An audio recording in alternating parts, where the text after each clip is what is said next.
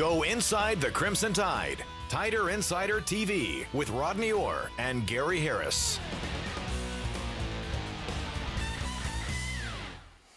Good evening, everybody, and welcome in to another edition of Tider Insider TV presented by Buffalo Rock. Tonight we're enjoying ice-cold Diet Pepsi.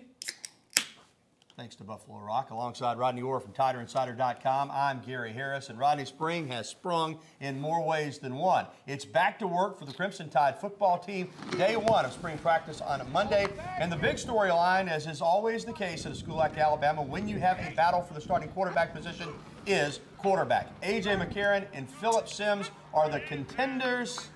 How's it going to shape up? Well, I mean, again, I think it's about as equal as you could figure right now, Gary. And you know, two outstanding young talents. We've talked about their ability to throw the football and, you know, their credentials in high school and how they came in here so highly recruited. And it's going to be an interesting battle, no question about it. All right, when you look at these two guys, the thing about them is there's some similarities and there are some differences. Both guys are mobile, not necessarily running quarterbacks. Both have strong arms. AJ's a little taller. Phillips maybe a little more muscular. Just compare the two based on what you've seen over the last year of watching them work in practice. Well, and again, you know, it's so limited the opportunities we get to see them, but you know, they're very similar in a lot of ways. As Gary mentioned, they both throw the ball really well on the run, have the ability to stand back there in the pocket, have strong arms. Again, the thing that they're going to need to do is learn how to manage the system, run the offense like Greg McElroy did so efficiently, and I think if they can learn to do those things, Alabama can have an outstanding offense. One advantage AJ does have is experience. He doesn't have a ton, but he has some. Phillip hasn't played in a game yet. Yeah, but again, a lot of that is limited, obviously, experience for A.J. McCarron. I don't think he has a big advantage, and I think that it's, you know, the fact that Phillip Sims did come in a semester early, graduated early from high school, had an opportunity to learn the system before he came in last fall, and I think that's played into it, and it's, you know, it's fairly equal in that regard. Well, Rodney, despite the battle at quarterback, there are a lot of other position battles at two, and whatever the position you might be playing, spring practice is an opportunity for each and every player to fine-tune his skills and get the attention of the coaches. That was a hot topic with Nick Saban following Monday's first practice. The number one thing about spring practice is establishing fundamentals. I mean, we lost games last year because of fundamentals. Fundamentals as simple as how to carry a football. I mean, this is the time to become the master of your position. We don't have to play any games. We don't have any game plans that we're putting in. So everything that we do should be about what we do. Of course, the players that will perhaps need the most coaching of anybody are the newcomers. Usually you waited till the fall, but I think 9 or 10 new guys in, Rodney, either straight out of high school or junior college for spring practice. So in some ways, it's almost like an August or you know, practice with all the new guys. Anybody catch your eye yesterday? Well, again, it's so difficult to tell in shorts, and you know, we'll know more in a few days, certainly. But as far as the look test, Gary, I mean, you know as well as I do, Jesse Williams, they don't look a lot better than he does, or Quentin Dial, or look at D. Hart there, the youngster, young freshman running back, and he is going to be an outstanding talent at that position, explosive player. We've talked a lot about him through the recruiting process. And there is some off-the-field news to talk about, too, for the Crimson Tide. Safety Mark Barron was arrested this past weekend in his hometown of Mobile and charged with hindering prosecution. In Alabama, that's a second-degree misdemeanor. The Mobile Police Department says the Tide player refused to cooperate fully in regards to giving information about why his car had been wrecked and abandoned. Barron maintained it was taken without his permission, and it was later determined his cousin took the car. Yesterday, the Tide safety was at practice in the black jersey. Nothing to do with his arrest, only to do with that pectoral muscle surgery that he's still recovering from. But Coach Saban talked about the situation post-practice and said it was a simple case of bad judgment. This is all I'm going to say about this.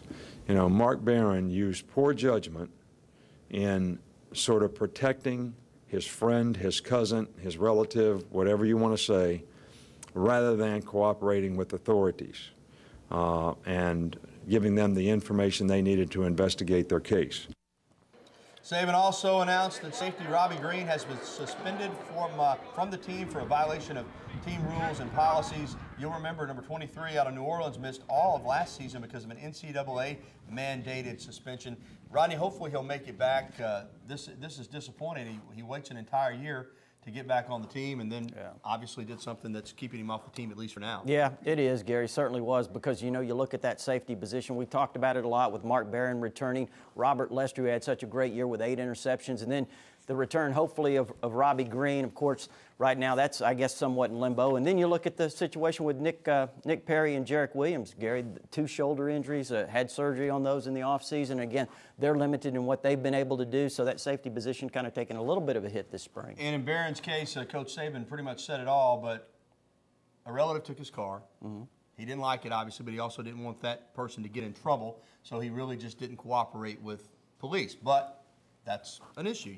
You're supposed to cooperate. He didn't, but you know, it's going to be an issue that'll be resolved, and he'll be fine as far as going forward with the football team. Yeah, again, I think, you know, Gary, once we get past this, certainly, and he gets past his injury, again, Mark Barron needs to get back on the field as quickly as possible because of his leadership. You know, we've talked about Alabama losing some players last year, and the leadership probably wasn't what it needed to be. But this year, with Mark Barron back there at the safety spot, he's one of the defensive leaders, along with Dante Hightower and Courtney Upshaw, no question about it. All right, the Alabama men's basketball team, as we change gears, moved one step closer to Madison Square Garden last night with their victory over New Mexico in the NIT at Coleman Coliseum. If they beat Miami of Florida tomorrow night, it's on to Madison Square Garden. Last night, the Tide showed off all of their weapons, great defensive pressure, hands, quickness, athletic ability. Built a 19-point lead in the second half. New Mexico closed late to make the final score a 7-point margin. But this Alabama team is a #1 seed in the NIT, and they're showing why. They're one of the best teams in this particular tournament. Well, you know, Gary, we've talked about this before, and what's so impressive when you have a team that you know they had to be extremely disappointed that they didn't get the NCAA bid, but they come out, they play extremely well, and again, I think it goes back to Anthony Grant, how he's prepared the team, the mentality of the team, how well they've bought in, and I think it speaks volumes of the future for this program. Again, tomorrow night, 8 p.m., the tip-off against Miami of Florida, another really good team. The winner moves on to the Final Four at Madison Square Garden, and it may be the NIT, but anytime a college basketball player has the opportunity to play at Madison Square Garden, it's a thrill, I can promise you that. No question about it. Storied place. All right. Well, still to come on Titv, Rodney will have his weekly recruiting update. Plus, there's a new group of SEC champions that reside in Tuscaloosa. But up next, the Alabama softball team got some exciting news today. They're the new #1 team in the country. We'll discuss that and look back at their weekend sweep of then #1 Georgia. All that plus your phone calls and emails coming up on the one, the only Tider Insider TV. Well, fresh off their SEC season opening series victory at Ole Miss, 2-1, the Crimson Tide trying to keep that momentum going tonight at home against the rival UAB Blazers. Right now they're in the third.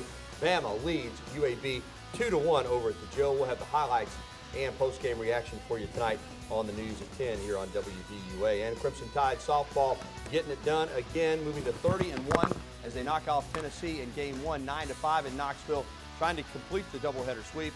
Right now it is 0-0 in the second inning between Alabama and Tennessee there in Knoxville. And more good news for Alabama softball. The Crimson Tide is ranked #1 in both polls. They replaced Georgia after they swept the Dogs this weekend. Alabama in that series showed everything that they're about. They got clutch hitting when needed, power, stolen bases, terrific pitching on Friday night when Kelsey Dunn went the distance in a 2-1 victory. They came back with a couple of 3-run homers in the second inning on Saturday night to win 6-4 as those 2 3-run homers held up. And then on Sunday, Alabama flexed their muscles by scoring 9 runs. Kelsey got a little bit tired in the circle, but Jackie Traina came in to close it out. Traina also hit a grand slam as Alabama gets the sweep over then #1 ranked Georgia. And now Alabama is ranked #1. Well, coming up, Rodney has his recruiting roundup, including an update on Alabama signee Alfie Hill, former Alabama signee. He's currently in junior college. Will he make it back to Tuscaloosa? We'll discuss, and we'll take your phone calls and get to your emails. The number you need to reach us at is 205-348-WVUA. That's 348-9882. Or you can email us, TITV@WVUATV.com. Stay with us. Tider Insider TV continues on this Tuesday, March 22nd, 2011. Isn't that a beautiful sun with some clouds? Live from the University of Alabama campus, on WVUA TV. Well, congratulations to the Alabama gymnastics team. They won the program's 7th SEC championship Saturday night at the BJCC. Junior Geraldine Stack Eaton won the individual title on both the balance beam and the floor, while senior Kayla Hoffman won the individual title on the vault and was also named SEC Gymnast of the Year. How about that? As a team, Alabama finished with a score of 197.225, was the only team to reach the 197 mark, and knocked off their nemesis, Florida, the only team that had beaten them this season. Now Alabama turns its attention to the NCAA regionals, but they will still be using the same motto that got them to this point as conference champions. Quote that they came up with as a team from here until the end of championships is enjoy the ride. And this has been one great ride tonight. I just think that we decided as a team that it was better to focus on that and instead of outcomes, because if we focus on the ride and the process, then the outcome will be there. And that's what we're doing. We're enjoying every moment, doing everything we can, and in the end, if we're the winners, that's just icing on the cake. And one final note on gymnastics before we move to football recruiting. We've talked about this before. When you've got a winning tradition, girls step in and they expect to win. This is a team with 40% of the routines being done by true freshmen. Well, I remember a couple of years ago, people thought Sarah Patterson had lost it, but apparently not, huh? Apparently not. SEC champions and working toward the school's 5th national title may come this year. All right, now to football recruiting, and we'll get into football recruiting in just a moment. But first, news about a recruit who actually signed with Alabama already, showed up on the campus last year, and then was sent away a few weeks later because of some eligibility red flags. Alfie Hill now is enrolled over in Mississippi at Itawamba Community College. And Rodney, I guess the logical question is he going to wind back up here in Tuscaloosa at Alabama? Well, we'll see. Time will tell, but he certainly hopes so, Gary. We had an opportunity to speak to Alfie last week and do a story on TiderInsider.com. And, you know, Gary, when he left here last August due to those NCAA eligibility issues, he was 6'4", 245 pounds. Now he's 6'5", 280, so he's a guy that's probably going to end up a defensive end rather than a jack linebacker, as he was originally planned to do. But he has to go 3 semesters. He just started in January at Itawamba, so he goes this semester and 2 semesters next year.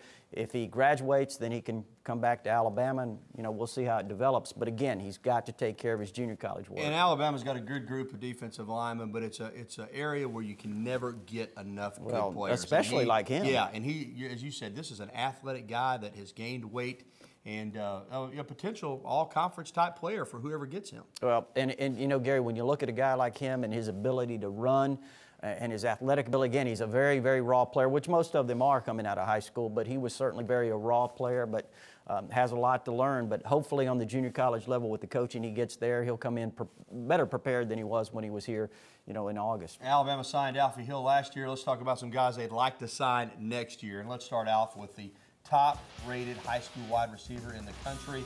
Is this young man, Julio Jones, part 2? Well, Alabama fans certainly think so. And, you know, Gary, he's being recruited coast to coast. There's no question about him being perhaps the #1 high school prospect, not only as a wide receiver, but maybe overall in the country. And, you know, again, Alabama is definitely in the mix. We talked to his legal guardian, Coach John Beckham, who told us last week that, you know, Dorio's very interested in Alabama, that there was nothing about Alabama, either academically or athletically, that he would not have a sincere interest in. And I think, you know, as time goes on, I think you're going to see that Alabama's in the mix pretty strongly with him.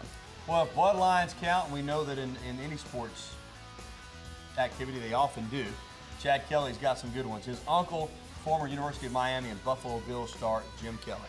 First Quarterback in the state of New York history, Gary, to rush for over 1,000, throw for over 2,000 in the same year.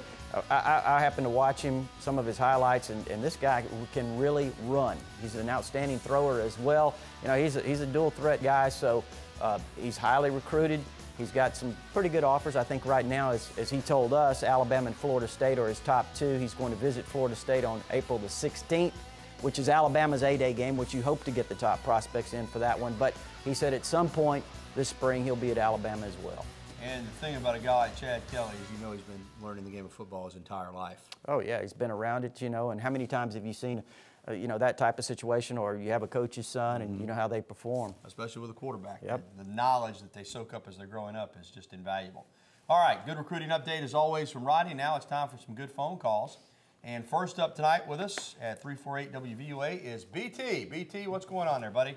Not much, Gary. How about y'all, Rodney? Doing well. Doing well, BT. What's going on with Andrew Steele? Is he coming back? Well, BT, we don't know. He's dealing with a concussion situation, and, you know, he didn't dress last night, so I'm assuming it'd just be whenever the doctors clear him to play. I mean, that's just one of those things.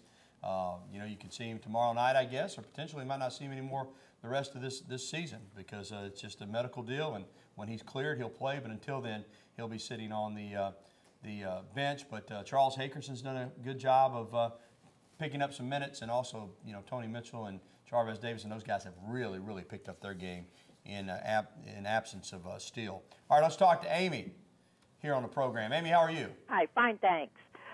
Just wanted you guys to comment on DeAndrew White. I've heard some great things about him. Well, Amy, I think this is a young man, and I'm going to let Rodney go in detail for you, but he can really run.